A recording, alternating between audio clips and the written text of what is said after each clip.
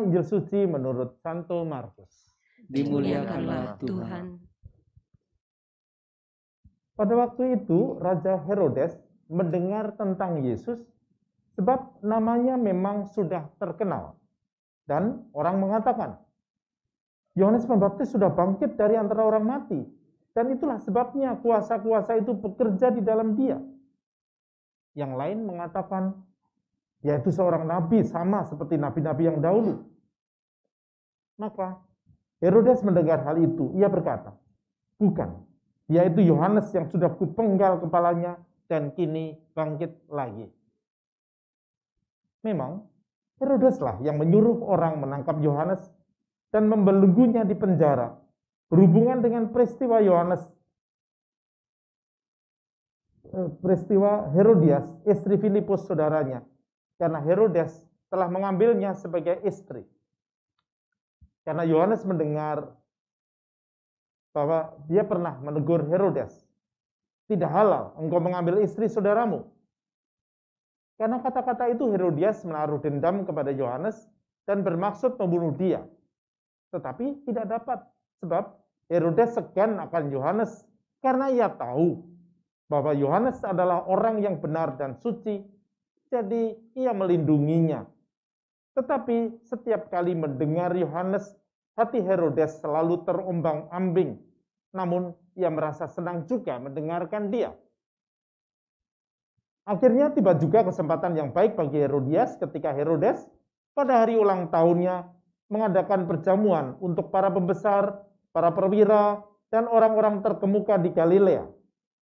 Pada waktu itu putri Herodias tampil lalu menari dan ia menyukakan hati Herodes serta tamu-tamunya. Maka raja berkata kepada gadis itu, mintalah daripadaku apa saja yang kau ingini, maka akan kuberikan kepadamu. Lalu Herodes bersumpah kepadanya, apa saja yang kau minta akan kuberikan kepadamu, sekalipun itu setengah dari kerajaanku. Anak itu pergi dan menanyakan ibunya, apa yang harus kuminta? Jawab ibunya, kepala Yohanes Pembaptis. Maka cepat-cepat ia pergi kepada raja dan meminta, aku mau supaya sekarang juga engkau berikan kepadaku kepala Yohanes Pembaptis dalam sebuah talam. Maka sangat sedihlah hati raja. Tetapi karena sumpahnya dan karena segan terhadap tamu-tamunya, ia tidak mau menolaknya.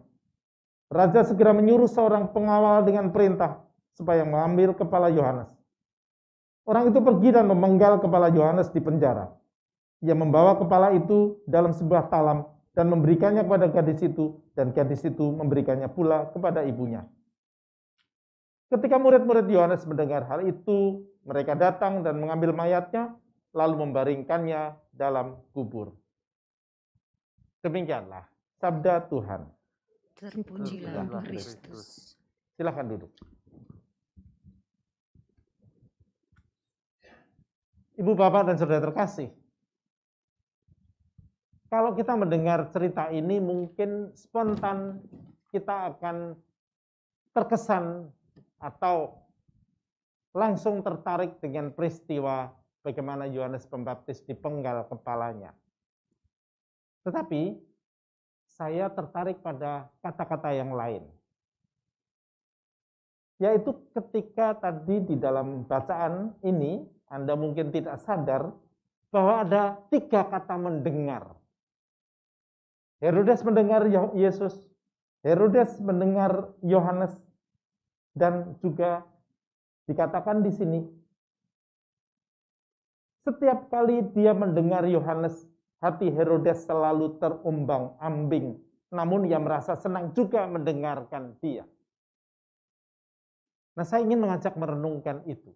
Apa arti mendengarkan tetapi di satu sisi terombang-ambing, di sisi lain senang?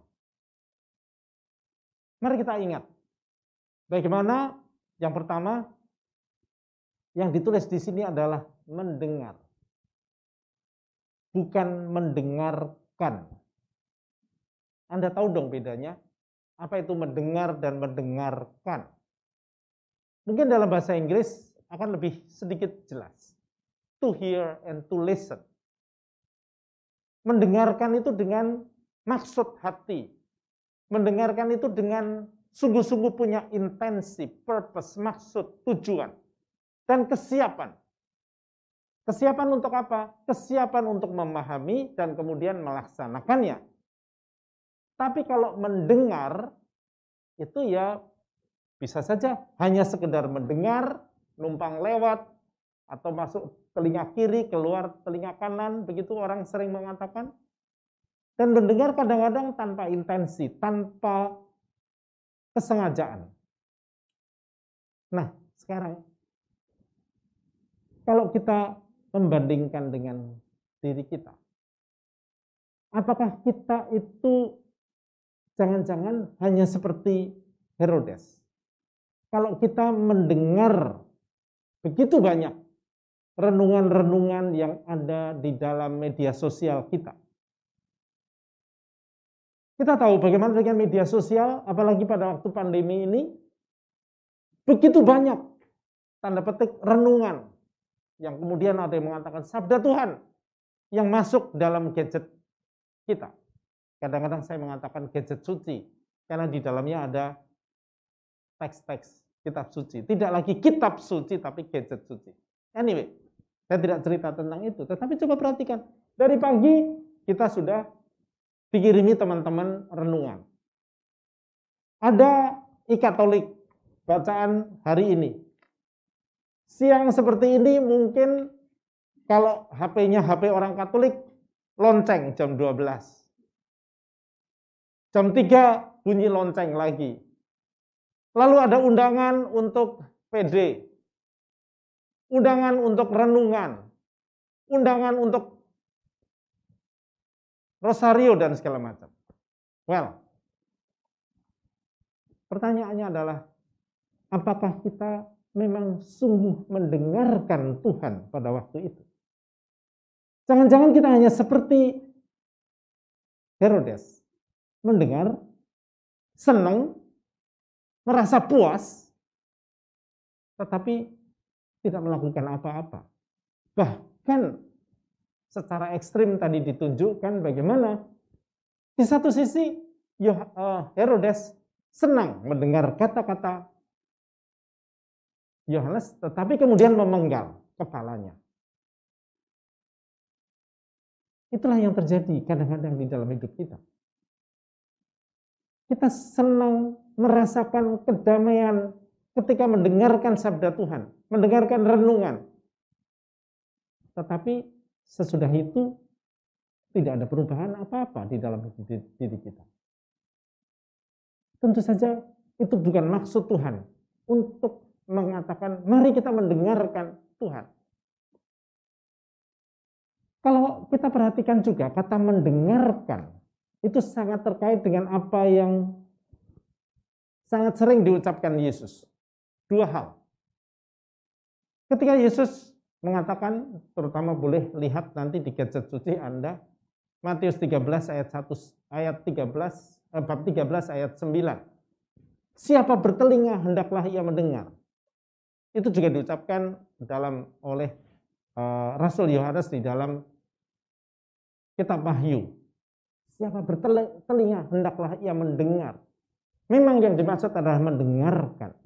Kita harus membuka telinga kita, membuka hati kita, agar kita mampu memahami kehendak Tuhan dan melaksanakannya. Karena kata melaksanakan itulah yang juga diucapkan Yesus. Makananku ialah mendengarkan kehendak Bapa dan melaksanakannya. Bukan hanya melaksanakannya dan menyelesaikannya. Itu artinya juga dengan pengorbanan. Siapa contohnya? Selain Yesus, ada Bunda Maria, bukan?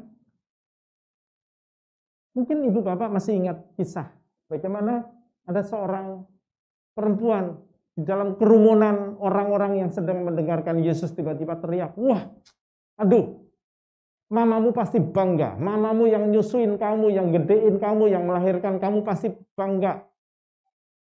Punya anak yang ganteng, pinter, terkenal kayak kamu, baik, suci. Tapi apa kata Yesus kepada perempuan tadi? Yang berbahagia ialah mereka yang mendengarkan kehendak Tuhan dan melaksanakannya. Nah, di situ saya ingat, kalau kita itu sekarang masih suka stres, masih suka galau, belum bahagia, jangan-jangan kita itu hanya mau dengar kehendak Tuhan saja, belum memahaminya, apalagi melaksanakannya.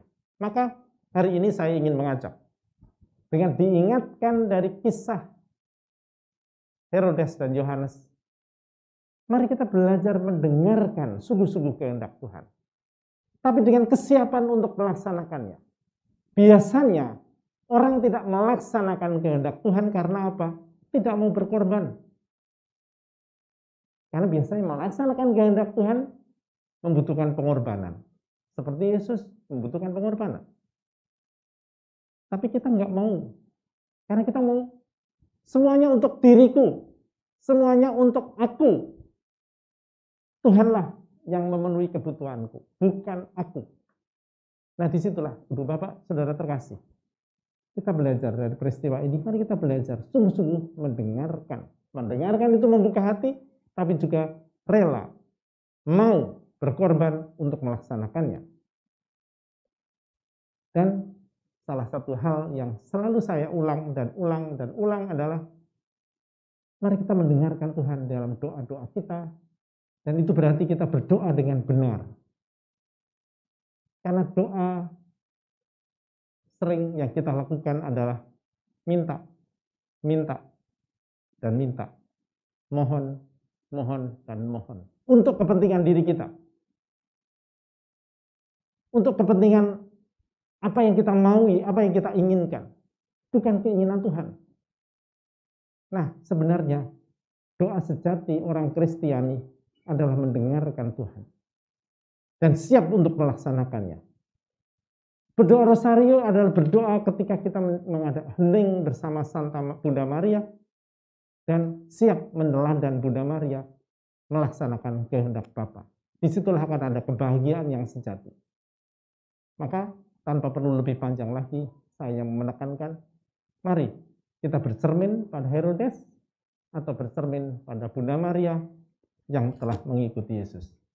Mendengarkan kehendak Tuhan dan melaksanakannya, atau sekedar senang-senang saja mendengarkan dan puas, tapi kemudian memenggal kepala Yohanes. Semoga dengan itu kita semakin mampu mengikuti kehendak Tuhan dan memujinya dengan hidup kita. Tuhan memberkati. Amin.